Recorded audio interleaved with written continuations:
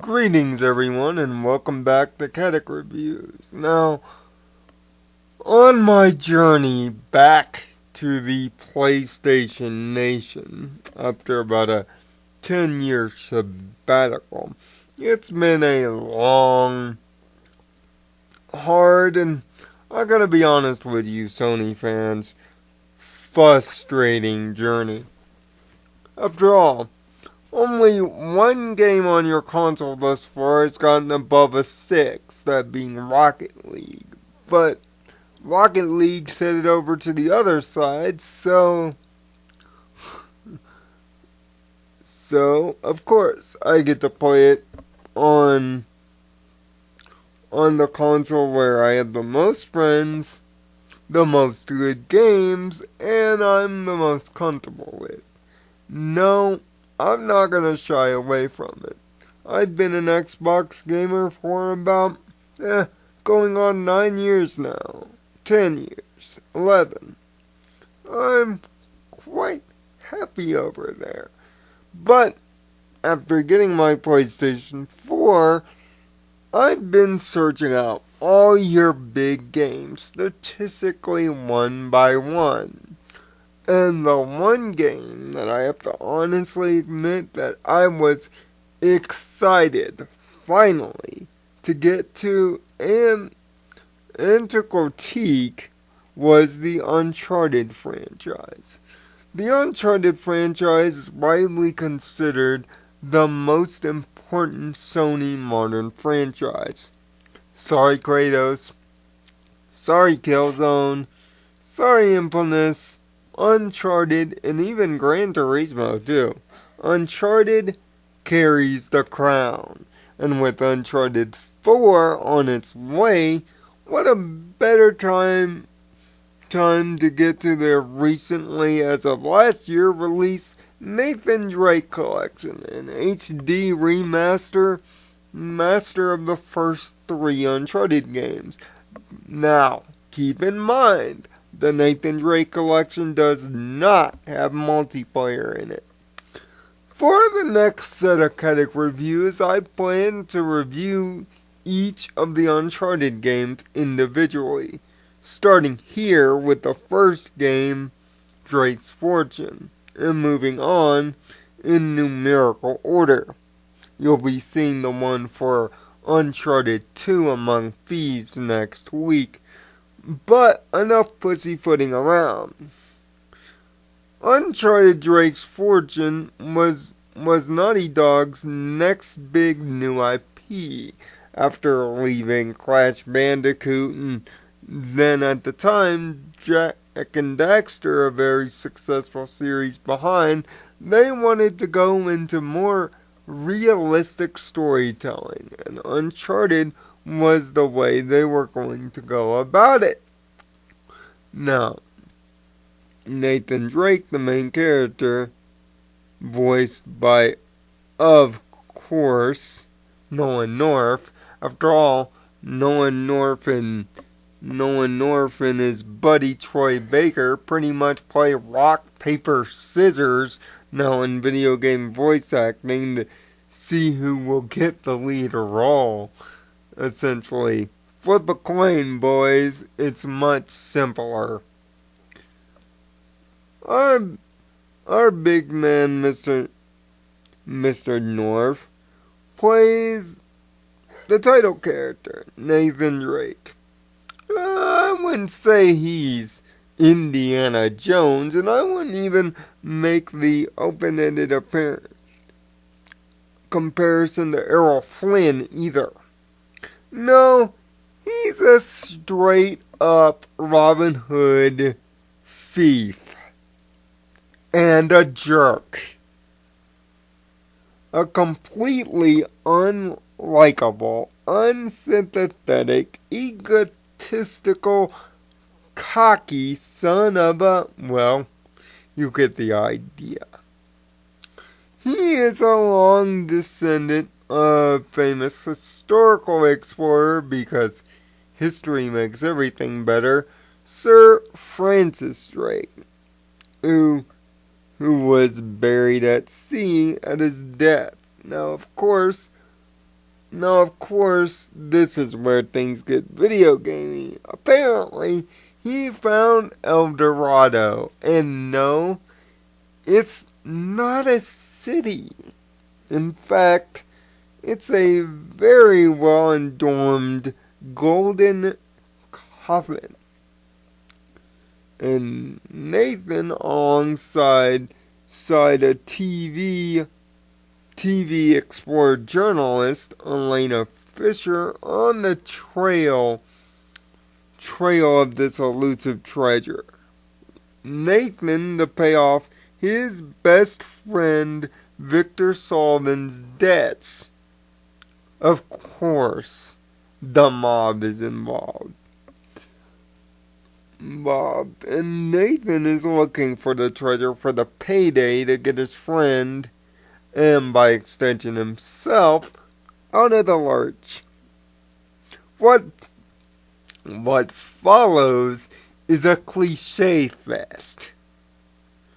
If you have an internet explorer of cliches or a wiki of cliches in adventure movies or action movies or anything of this sort, Uncharted Drake's fortune will fall practically into every single one of them. You can practically connect the dots with how the story will turn out. It's not only its predictability that makes the story horrible, though. It's the fact that the voice acting is given genuine effort, but the script, much like Naughty Dog's Last of Us, previously reviewed here, is just piss poor. It's just a bad script altogether.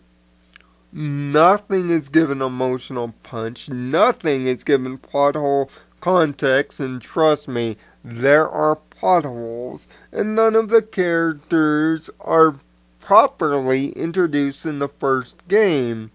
You know the stakes of what you're going after. You know kind of pseudo why. But you don't know the who, when, or what. None of these characters have established backstories yet, so you really can't latch on to any one of them, especially in the case of Nathan and Victor solely. Their backstory is totally left to the pseudo imagination, and that's not good for an introductory game of a franchise to leave crucial character backstory, and plot points in the lurch for later games. It's obvious sequel bait, especially near the end of the game. It can get that way. Gameplay-wise, for its time, its controls were second to none, and its platforming sections were better than the classic Tomb Raiders, but not as deep as them, although the control for both the platforming and the shooting mechanics are acceptable at best, but nothing too crazy or dramatic. If you played a third-person cover shooter, sans Gears, playing Uncharted will be like putting on an old hat. There is melee combat, which harkens back, at least to me, in a forward sense to The Last of Us, that is done very simple and with ease, where the camera zooms in close and you can see every punch being thrown. At the time of the game's original release, this was revolutionary stuff. Now placed under the barrier of time, however, it doesn't hold up nearly as well. And without the use of a proper crouch button, things like stealth become not possible. Combine that with the level design as well for it not to be possible. Weapons wise, you have your standard pistols, submachine guns, assault rifles. You have two kinds of shotguns, sniper rifles, and grenades, which all control very well, as you might expect, and with accuracy, extremely accurate. And really, the most accurate guns in the game are strangely your pistols. You'll find yourself in Drake's Fortune utilizing your pistol more than any other gun in the game.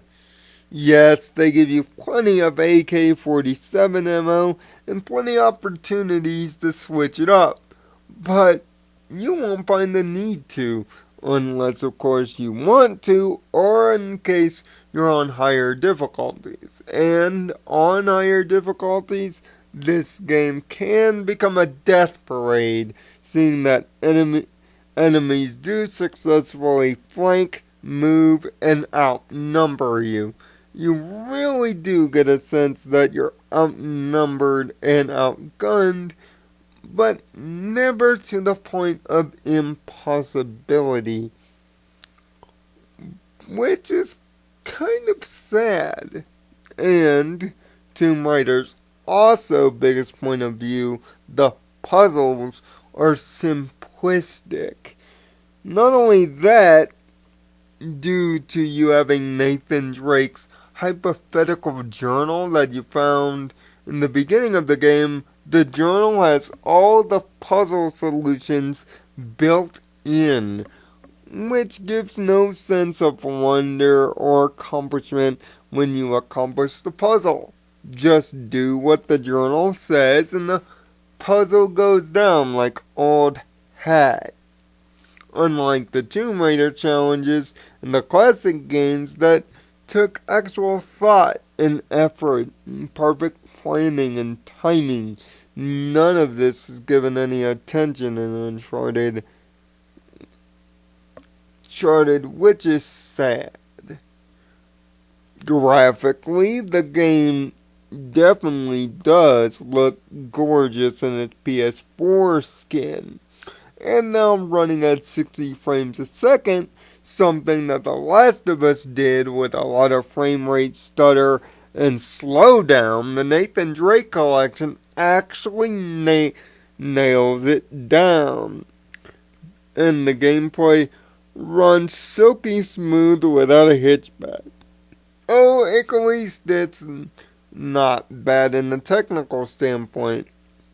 But with a game so reliant on its story and character development and the great voice cast, once again, much like The Last of Us, I just couldn't find myself invested as a critic to call this game, well, done well.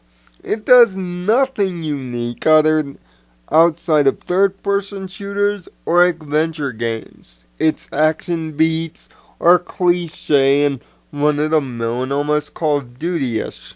The characters lack backstory, care or complexity. They're just run-of-the-mill cliches. They don't really do anything that fantastical, and the plot twists are extremely predictable, and even the end of the game itself has an unsatisfying anticlimactic feel, and even the final battle isn't really even a battle at all.